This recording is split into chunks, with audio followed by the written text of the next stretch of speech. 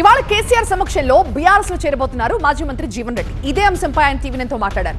రేవంత్ నిర్ణయాలతోనే తాను పార్టీని వీడానని చెప్పారు జీవన్ రెడ్డి. జగిత్యాల సభతో హడావిడిగా సీఎం మేడిగడ్డకు వెళ్తున్నారని, కాళేశ్వరం మంచి ప్రాజెక్ట్ అని, కాళేశ్వరంతోనే తెలంగాణ సస్యశ్యామలమవుతుందని, తనపై విమర్శలు చేసే అర్హత సంజయ్కి లేదంటూ వ్యాఖ్యానించారు జీవన్ రెడ్డి. మరింత సమాచారం మా సీనియర్ కరెస్పాండెంట్ సంపత్ అందిస్తారు. జీవన్ రెడ్డి గారు, మీరు 40 ఏళ్ల పాటు కాంగ్రెస్లో పనిచేశారు, ఈరోజు బీఆర్ఎస్లో చేరుతున్నారు, ఏమనిపిస్తుంది మీకు పార్టీ మారడం? అంటే ప్రజా జీవితంలో అంటే వాస్తవంగా పార్టీ మారే పరిస్థితి ఎదురు కావడం కొంత ఇబ్బందికరమైన అంశమే. డెఫినెట్లీ చెప్పంటుండే నేను సుదీర్ఘకాలం కాంగ్రెస్ పార్టీతో అనుబంధం కొనసాగిన మేము ఆశించినట్టు ప్రభుత్వం ఏర్పడ్డది. ఏదైతే ఆలోచన విధానంతో ప్రభుత్వం ఏర్పాటు కావాలని భావించినామో ఆ పాలన ఆ విధంగా కొనసాగటం లేదు. ఇలా రేవంత్ రెడ్డి గారు ముఖ్యమంత్రి అయినంతవరకు సంతోషం, మంచిగా జరిగింది. మనం ఎన్నికలు చేసిన వాగ్దానాలు ప్రణాళిక ఏమైంది? రాహుల్ గాంధీ గారి యొక్క నాయకత్వం ఆలోచన విధానం మనకు ప్రధానమే అని చెప్పంటున్నాను. ఆయన ఏదైతుందో ఒకవైపు రాజ్యాంగం చేత పట్టుకొని జై బాపు, జై భీమ్, జై సంవిధానం అని పేర్కొంటుంటే ఈయన ఇక్కడ రాజ్యాంగానికి తూట్లు పొడిచే విధంగా, నీరు కార్చే విధంగా పార్టీ ప్రేమను ప్రోత్సహించటం. ఒకటండి, మిమ్మల్ని ఉద్దేశించి సంజయ్ కుమార్ ఒక కామెంట్ చేశారు, జీవన్ రెడ్డి గారు ఒక పెద్ద ఫిరాయింపుదారుడు అని ఆయన చెప్తున్నారు. ఆయన ఒక పార్టీకి ఎంపికై ఇంకో పార్టీ సమర్థిస్తుంది కాబట్టి అది పార్టీ ఫిరాయింపు. ఆయనకు ఆ మాత్రం అర్థం లేకుండా ఎవరు చెప్పాలి? కాంగ్రెస్ అవకాశం ఇస్తే ఆయన పోటీ చేస్తా నేను ఇక్కడ జగిత్యాల నుంచి సంజయ్ కుమార్ చెప్తున్నారు. చెయ్యి, నీ సంతోషం, నేను విన్నా. అంటే మొన్నటి వరకు కేసీఆర్ మీద తీవ్రమైన ఆరోపణలు చేసిన జీవన్ రెడ్డి ఏ విధంగా గులాబీ కండువా కప్పుకుంటారని చెప్పి ఒక ప్రశ్నలు ఏమవుతున్నారు? మా రాజకీయ పోరాటం ఇంతవరకు విధి విధానాల పట్ల జరిగింది తప్ప ఏదైతుందో, వ్యక్తిగతంగా ఏదైతుందో ఆయన నాపై ఆరోపణ చేయలేదు, నేను ఆయనపై ఆరోపణ చేయలేదు. కాళేశ్వరం ప్రాజెక్టు నిర్మాణంలో ఏదైతే ఉందో దానికంటే తుమ్మడిగట్టు నిర్మాణం చేస్తే బాగుంటుండే అని అన్న. నేను అవినీతికి ఎవరు పాల్పడి రికార్డు ఉంటే తీయండి. ఈవెన్ సంజయ్ మీద కూడా అవినీతి ఆరోపణ చేయలేదు. ఆయన ఏదైతే ఉందో ఇయ్యంకుని అడ్డు పెట్టుకొని డబ్బు సంపాదించే ప్రయత్నం చేస్తున్నారని చెప్పి అన్న తప్ప ఏదైతే ఉందో దానికి లెక్కలు ఉన్నాయని బయట పెట్టబోతున్నారు.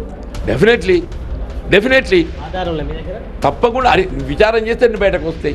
రేవంత్ రెడ్డి మేడిగడ్డకు వెళ్తున్నారు, కేసీఆర్ జగిత్యాలకు వస్తున్నారు, ఏ విధంగా మనం అర్థం చేసుకోవచ్చు ఈ రెండు పరిణామాలు?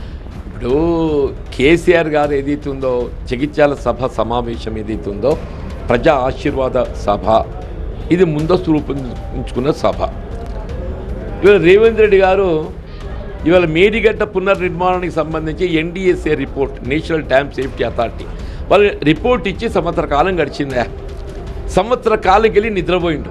ఇవాళ రేపు ఇవాళ కేసీఆర్ గారు సభలో ఏదైతుందో ప్రధానంగా ఏ అంశం లేవనెత్తబోతాడు, మేడిగడ్డనే ప్రధాన అంశం అయ్యేటువంటి అవకాశం కూడా ఉన్నది. నేను ముందస్తుగానే పోయి అక్కడ ఏదో చేసినట్టు నటిస్తే మంచిది కదా అని చెప్పని మేడిగడ్డ బయలుదేరి. కాళేశ్వరం మంచి ప్రాజెక్ట్ అని మీరు భావిస్తున్నారు? ఇప్పుడు పరిస్థితుల్లో ఏదైతుందో అదే మనకు తెలంగాణ రాష్ట్ర రైతాంగ జీవనాధారం కాబోతున్నది.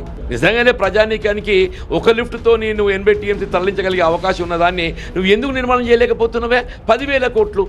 ఈ 10,000 కోట్లు వెచ్చిస్తే తుమ్మిడిగట్టి నిర్మాణం అవుతుండే. మాదే మళ్ళీ అధికారం వస్తుంది కాబట్టి అనుకున్న సమయాన్ని కన్స్ట్రక్షన్ పూర్తి చేసి 3 ఏళ్ళు ఓనియా కాదు బాబు, మళ్ళీ అధికారం నువ్వు వస్తావు నేను వస్తావు ప్రజలు తెలుస్తారు. పోయిన 3 ఏళ్ళు అయితే రావు కదా. ఇలా మేడిగడ్డ సంవత్సర కాలం జాప్యం చేసినావు, ఇదే 2 సంవత్సరాల కింద పునర్నిర్మాణము ఆరంభిస్తే చేయగలదు. ఇప్పటికి నీ ఫలితాలు అనుభవిస్తావు కదా. ఈ జాప్యానికి, ఈ భారానికి ఎవరు బాధ్యులు? రేవంత్ రెడ్డి కాదా? రేపు కరువస్తే ఎవరు బాధ్యుడే? రేపు కరువస్తే ఎవరు బాధ్యుడు అంటున్నాను. రేవంత్ రెడ్డి బాధ్యుడు కాదా? సార్ చివరిగా సార్, వచ్చే ఎన్నికల్లో బీఆర్ఎస్ తరఫున జీవన్ రెడ్డి గారు జగిత్యాల నుంచి పోటీ చేయబోతున్నారు. ఇప్పుడు నేను ఎన్నికల్లో పోటీ చేస్తానా చేయనా, నా వయసు, నా ఆరోగ్యము, ఇదంతా ఏదైతే నేను గెలిచేది కాదు. ఇప్పుడు కర్మ సిద్ధాంతాన్ని నమ్ముతాను. నేను కర్మ సిద్ధాంతాన్ని నమ్ముతా. దేవుడు నాకు ఏ మార్గం చూపెడతాడు? ప్రజా జీవితం. నా మొత్తానికి నా భావి జీవితం, శేష జీవితం అంతా ప్రజా క్షేత్రంలో గడుపుతానా. ఏ పదవి హోదా ప్రధానం కాదు, ఏ పదవి హోదా ప్రధానం కాదు. ఏ పదవి ఉన్నా, ఏ హోదా ఉన్నా లేకున్నా నా శేష జీవితం ఏదైతే ఉందో వీళ్ళ ప్రజా శ్రేయస్సు కొరకు, ప్రజా సమస్యల పరిష్కారానికి కొరకు నేను పాటుపడతాను. సో మొత్తానికి ప్రజలు ఎదుర్కొంటున్న సమస్యలపైన, అదేవిధంగా వచ్చే ఎన్నికల్లో పోటీ చేస్తారనే విషయం కూడా స్పష్టమైతే చేయట్లేదు జీవన్ రెడ్డి. కెమెరా పర్సన్ సలీంతో సంపత్, TV9 జగిత్యాల.